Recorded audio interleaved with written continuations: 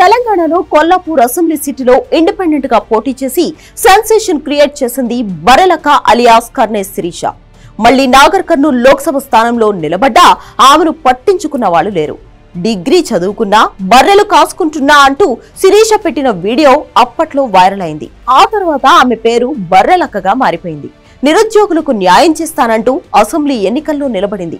మహబూబ్ నగర్ జిల్లా కొల్లాపూర్లో పోటీ చేయగా అప్పట్లో 6,000 ఓట్లు మాత్రమే దక్కాయి.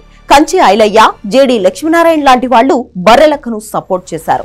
చాలా మంది ఎన్నికల ఖర్చు కోసం విరాళాలు కూడా ఇచ్చారు. కానీ అసెంబ్లీ ఎన్నికల్లో ఆమె ప్లాన్ వర్కౌట్ అవ్వలేదు. కనీసం పోటీ ఇవ్వలేకపోయింది. ఇప్పుడు నాగర్ కర్నూల్ పార్లమెంటు స్థానంలో అయితే బర్రెలక్క పరిస్థితి మరీ ఘోరం.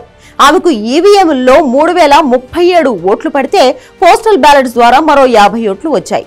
మొత్తం మీద 3,087 ఓట్లు మాత్రమే దక్కించుకుంది బర్రెలక్క.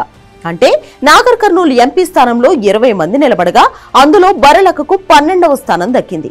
ఆ నియోజకవర్గంలో కాంగ్రెస్ అభ్యర్థి మల్లు రవికి 4,65,000 ఓట్లు వచ్చాయి. మల్లు రవి, ఆర్ఎస్ ప్రవీణ్ కుమార్ లాంటి ఉద్దండులతో పోటీ పడింది బర్రెలక్క. డిపాజిట్లు వచ్చే పరిస్థితి ఎలాగూ లేకపోయినా కనీసం అసెంబ్లీకి వచ్చినన్ని ఓట్లు కూడా రాబట్టుకోలేకపోయింది.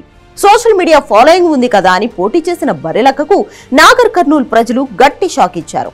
అసెంబ్లీ ఎన్నికల్లో అదుర్సనిపించిన బర్రెలక్కని ఇప్పుడు పట్టించుకున్న వాళ్లు, ఆమెను గుర్తుపట్టిన వాళ్లు లేరు. నెక్స్ట్ తెలంగాణలో స్థానిక సంస్థల ఎన్నికలు ఉన్నాయి. వాటిల్లో కూడా బర్రెలక్క పోటీ చేస్తుందేమో చూడాలి.